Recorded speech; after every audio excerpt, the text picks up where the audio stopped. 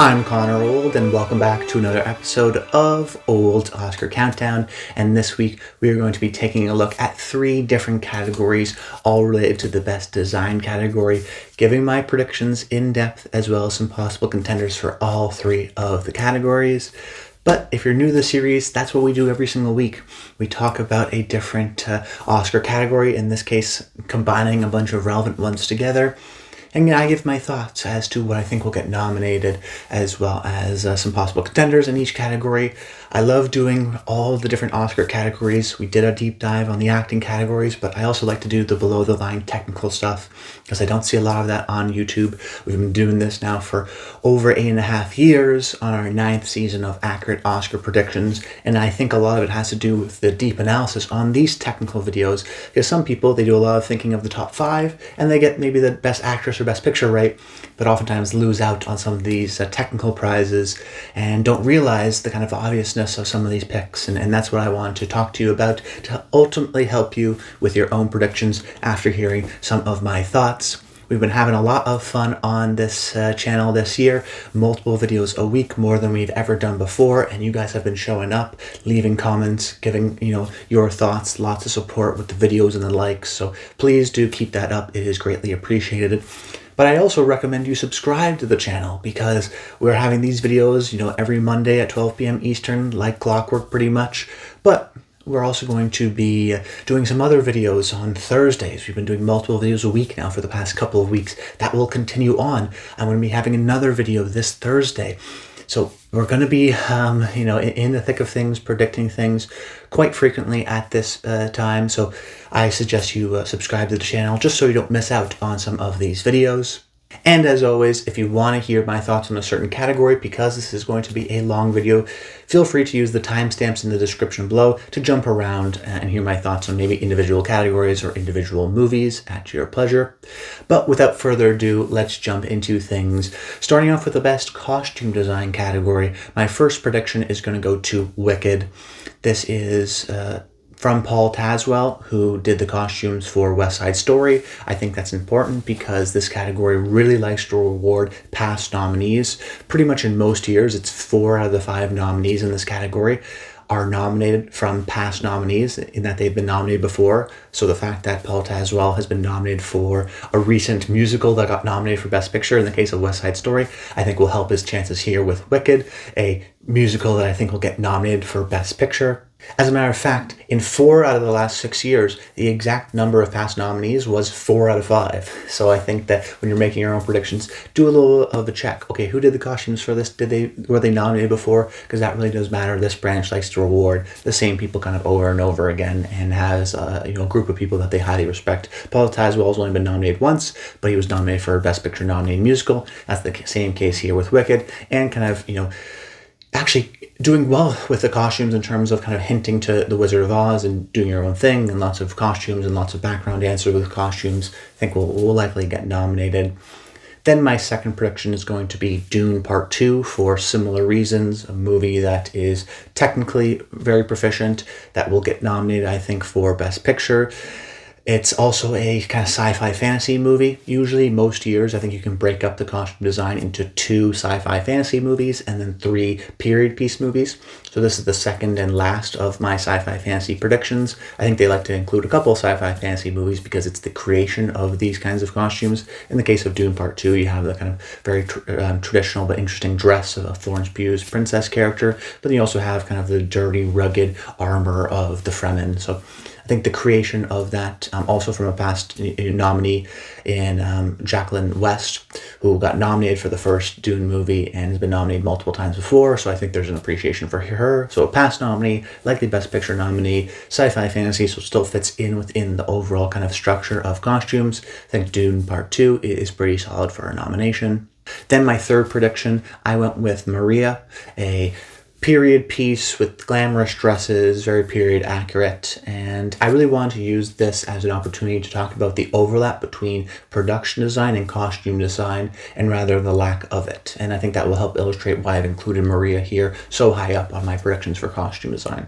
So I think a lot of people, they look at their production design and costume design categories and go, okay, they're pretty similar categories. Let me just predict the same things in both categories.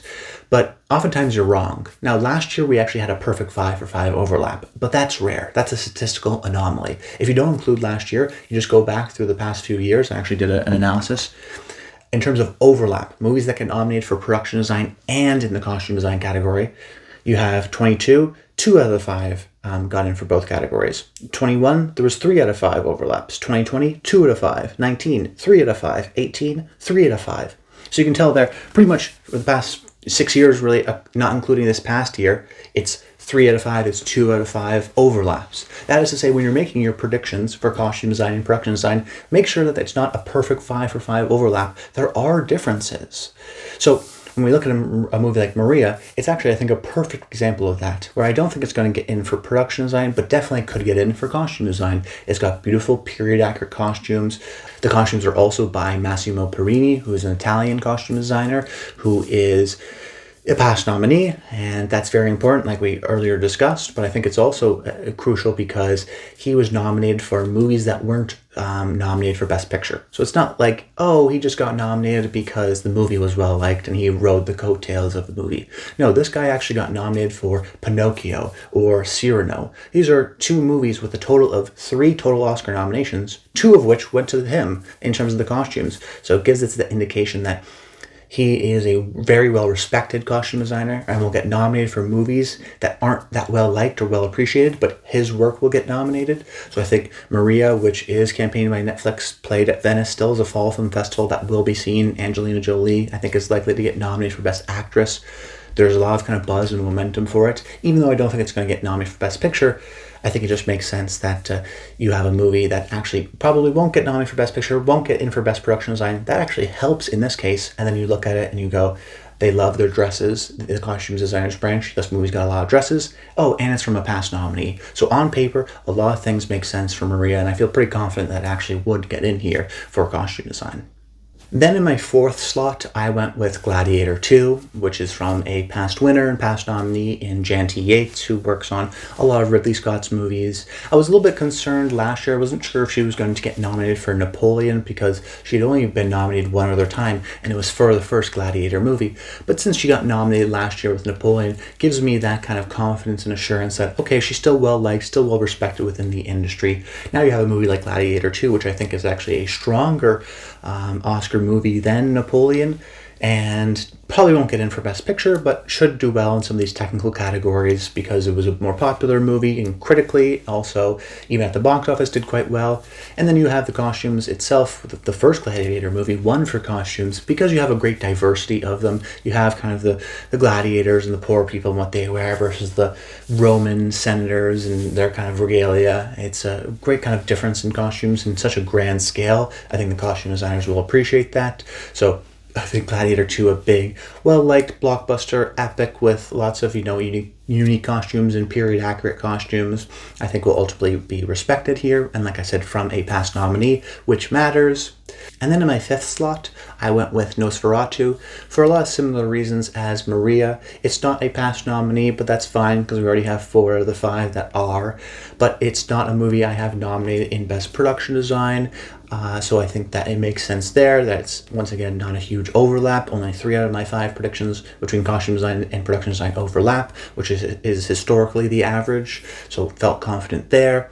But I still went with costumes for this category because if you've seen Robert Eggers' other movies, they're very period accurate. I haven't had the chance to see Nosferatu just yet, but will be in a few days. But it's a very period accurate type of a filmmaker, and he's interested in some of those details. So I think there's going to be an added appreciation for the costumes and what everyone's wearing, whether that be the dresses of Lily Rose Depp's character or Dracula's cape or just the suits of Nicholas Hoult or Willem Dafoe. I think everything will feel kind of period accurate, and that will be kind of a lean toward the costumes in the case of Nosferatu. So the fact that I don't think it's going to get nominated for production design and I don't think it's going to get nominated for Best Picture actually makes sense here. This costume design category doesn't always like to reward Best Picture nominees. They're usually more likely to nominate a Cyrano or a Pinocchio, movies that don't get nominated for Best Picture in the costume design category, because the costumes are great and they don't need the movie to be great necessarily. So I'm not saying that Nosferatu is a terrible movie, but it's not a Best Picture contender, I don't think, right now. Like I said, I haven't seen the movie, maybe a little bit too weird, but it's still kind of a high-budgeted period piece production, dress-focused, gothic core, and these types of period piece movies like Victoria and Abdul or The Young Victoria have, gotten nominated in this category in the past. So I think Nosferatu, even though it's a horror movie, still kind of fits into that mold really well. Then my first possible contender, I went with The Brutalist, and I wanted to include this just because I was wrong last year and that I didn't think Killers of the Flower Moon or Oppenheimer had a chance in costumes because they didn't have really flashy costumes. They were just well-liked Best Picture movies from the 20th century kind of period piece. And I was ultimately wrong. Those movies did get nominated, not because I think they had amazing costumes, but I think they just the Academy just really liked those movies. And we see this every year as Oscar nominations morning, the top 2-3 movies that are really well liked, they kind of overperform in terms of nominations. So if that were to happen this year, that would go to The Brutalist. Now I had it on the outside because it's not a past nominee, so there's no strength there. Actually, the Critics' Choice Awards historically have been pretty inaccurate with predicting this category, but in the past 4 years, the eventual Oscar 5 have also shown up at Critics' Choice in the past 4 years in a row. So actually, recently, Critics' Choice is very accurate at predicting what's going to get nominated here at the Oscars. And The Brutalist didn't get in at Critics' Choice, so that caused me to have some pause as well. So no past nominee. You're going to bet on the fact that it's not remarkable costumes, but it's just a really well-liked movie. I'm not always going to bet on that because I don't think The Brutalist is going to be like an Oppenheimer type, absolutely everyone loves it, clear Best Picture, director, actor. It's not necessarily in that mold just yet. I don't think it's as strong as a movie like Oppenheimer, so I'm not going to bet on that necessarily happening with a first-time nominee, which would be a first-time nominee and didn't get in at Critics' Choice. So something that I wanted to mention, but still kind of have on the outside. And then my other possible contender for costumes would be Blitz, just because this is from 2-time winner and 9-time nominee Jacqueline Duran. It is a period piece fall, film festival release. So the fact that this movie has been doing kind of okay. I guess it kind of overperformed at the Oscar shortlist, but has overall, I think, disappointed in terms of its Oscar chances. It could surprise and get in just because people really love Jacqueline Duran, and it's a movie that we expect a lot of Academy members to still see. That being said, I still don't think it's going to be well-liked enough to ultimately get these nominations and sneak in here. But it could happen. She is very well respected. Okay, now I'm transitioning into my thoughts on the Best Production Design category. My first pick is going to go to Wicked.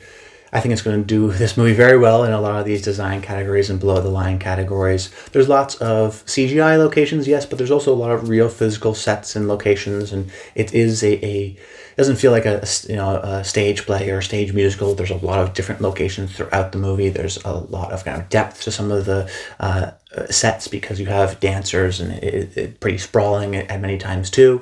So lots of different sets, and the sets change frequently as well. So I think there's going to be an appreciation there. And I think the movie is going to get nominated for Best Picture. So in part because of the technical appreciation of creating this kind of fantastical world. And I think production design will be kind of connected to that. Then my next prediction is Dune Part 2 for similar reasons as Wicked. Usually these big budgeted Best Picture nominees like Elvis or West Side Story or Avatar: The Way of Water, they get in for production design because they have the money to kind of create these grand scale sets in the same way that Wicked does. I think Dune does the same thing as well. The first movie won for production design, so I think it makes sense to kind of nominate it here. We don't have the Art Directors Guild nominations yet, but I would be stunned if it didn't appear there, and it did get in at Critics' Choice, so I think Dune 2 is a pretty solid chance to get nominated. Then in my third pick, I have The Brutalist. So a movie that I think is going to get in for production design, but not get in for costume design. This doesn't need to be too complicated. This is a movie that is very well liked. I think will get nominated easily and potentially even contend for Best Picture. And it's a movie about design and architecture and places and sets. So much of the movie is the beauty of that. And I think there's also going to be an appreciation for building these sets on such a small budget of the movie.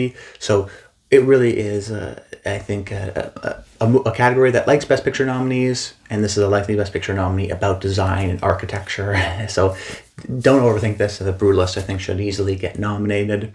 Then with my fourth pick, I went with Conclave, which is not a pick I've seen a lot of people make, but one that makes a lot of sense to me and should be at the very least a possible contender.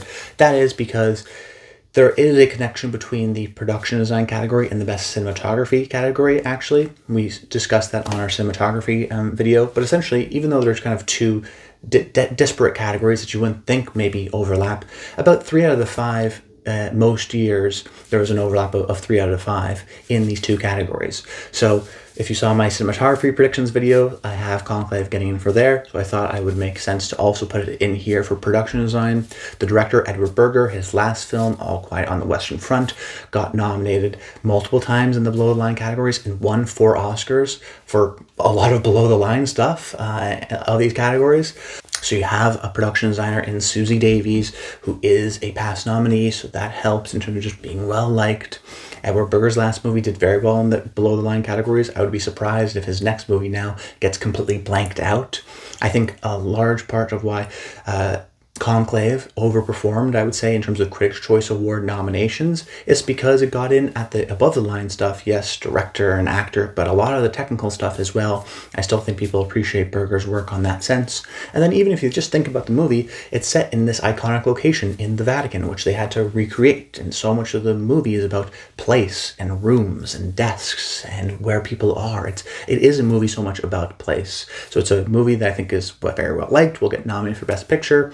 We usually see the best production design category have a lot of overlap with the Best Picture nominees, which I'll talk about a little bit with my fifth pick, and also because I think it's going to get nominated for Best Cinematography. I want to have a 3 out of 5 overlap between the two categories, so keep that in mind when making your own predictions.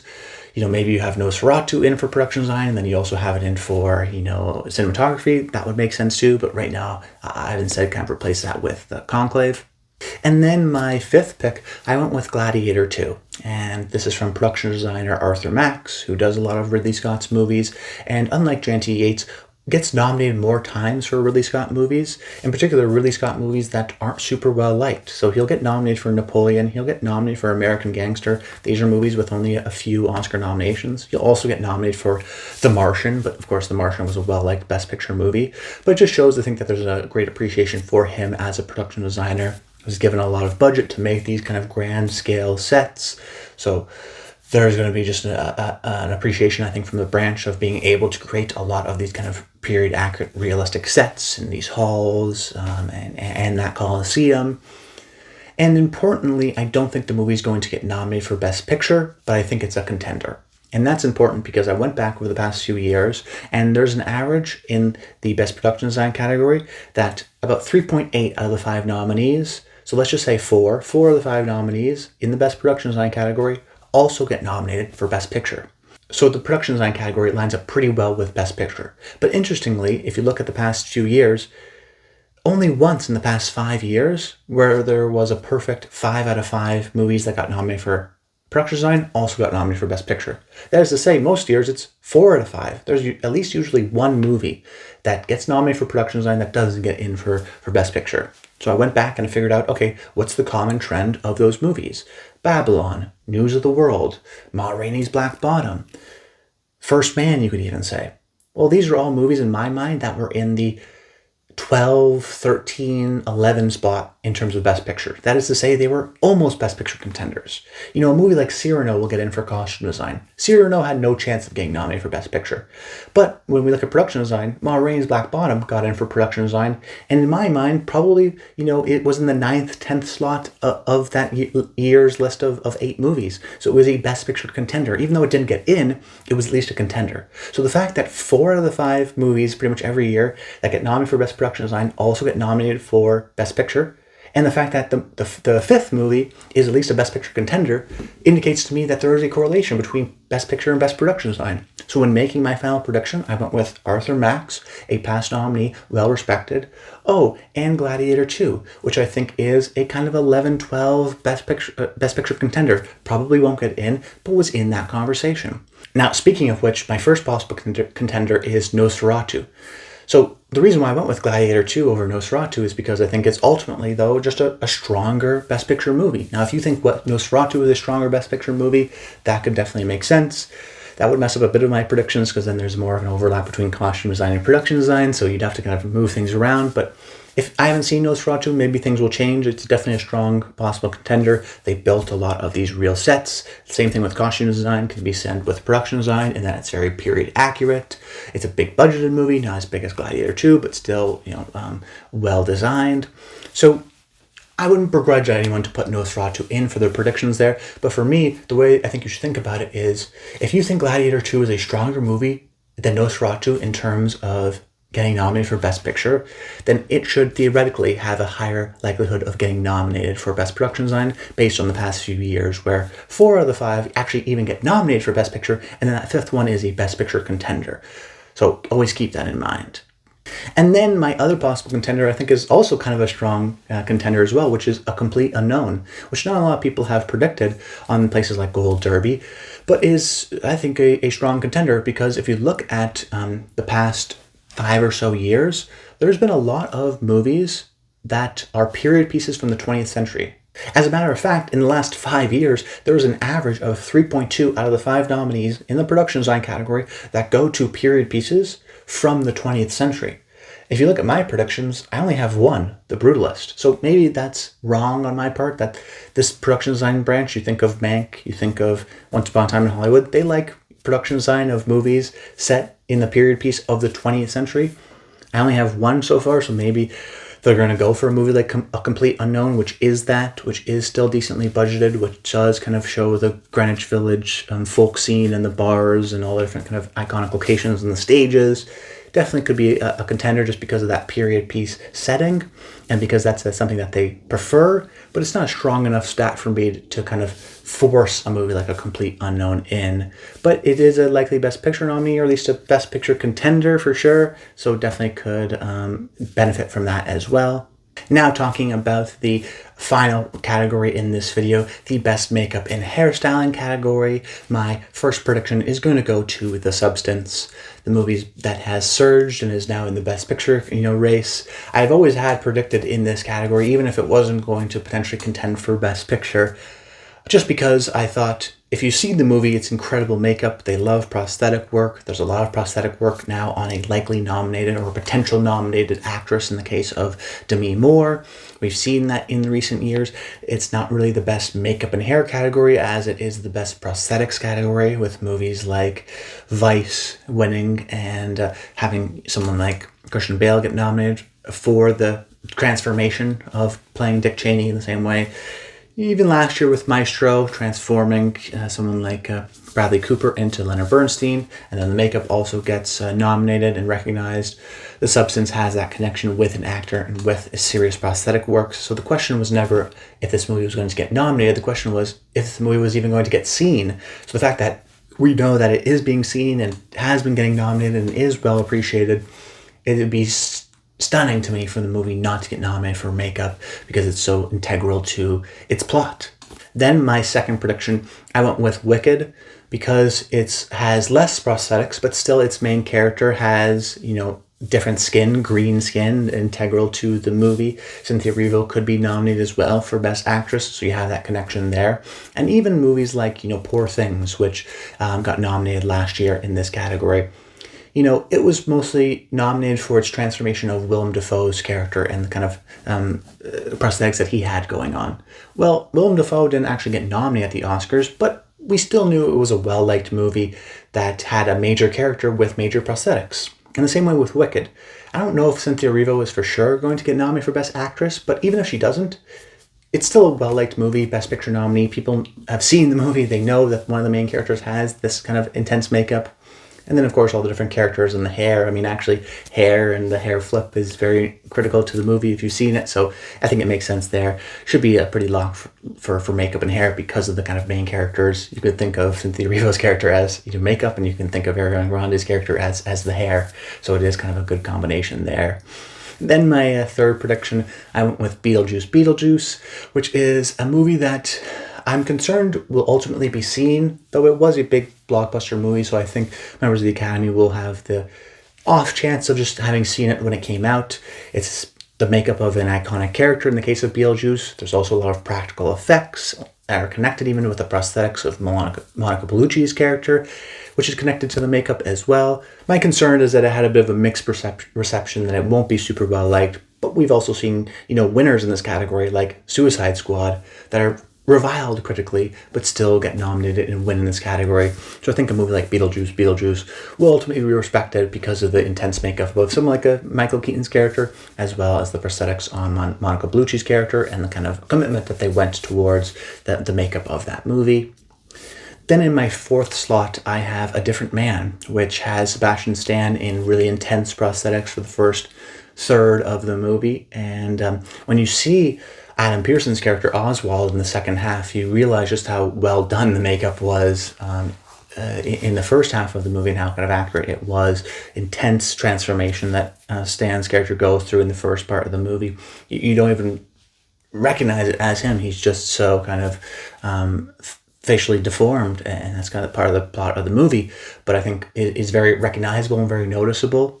And while I don't think Sebastian Stan's going to get nominated for A Different Man, it still is a character that had intense, prosthetics, and a famous person with intense prosthetics. And we've seen movies like Golda last year or Guardians of the Galaxy, which get nominated in the makeup categories, that have intense makeup on, movie stars that get nominated, even though Golda or Guardians of the Galaxy had no chance at Best Picture. In the same way, I don't think A Different Man gets in for Best Picture. I don't think Sebastian Stan gets it nominated, but it's still an A24 movie that got some Golden Globe nominations, that is being seen, that does have some pretty significant and noticeable makeup.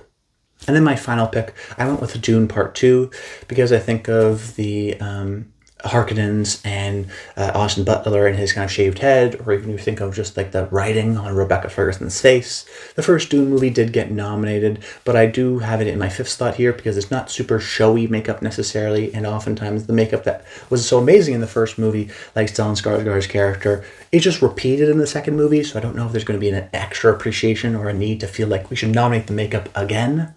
But it still is a movie that I think is going to get nominated for Best Picture, that is well liked. So in my kind of rule of thumb, always in the fourth, fifth slot, is if you're unsure about a movie, go with the movie that's more well liked. And Dune 2 Part 2 is more well liked than even some of a couple of my possible contenders. So I went with that.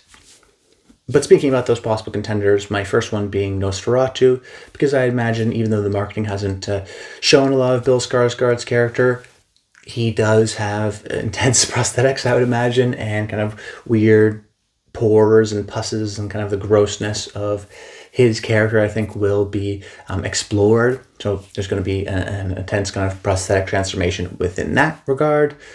Then my other possible contender is Emilia Perez, which may be insulting to some, but I think for a lot of people, the basic analysis is this is a movie about someone transitioning, someone transforming into someone else. You have a trans woman who is playing a man in the beginning of the movie, and there's intense prosthetic work on her character, an actress who I think is going to get nominated for Best Actress at the Oscars. So if we do the math, you go, okay, it's makeup work done on an actress who's likely to get nominated for Best Actress.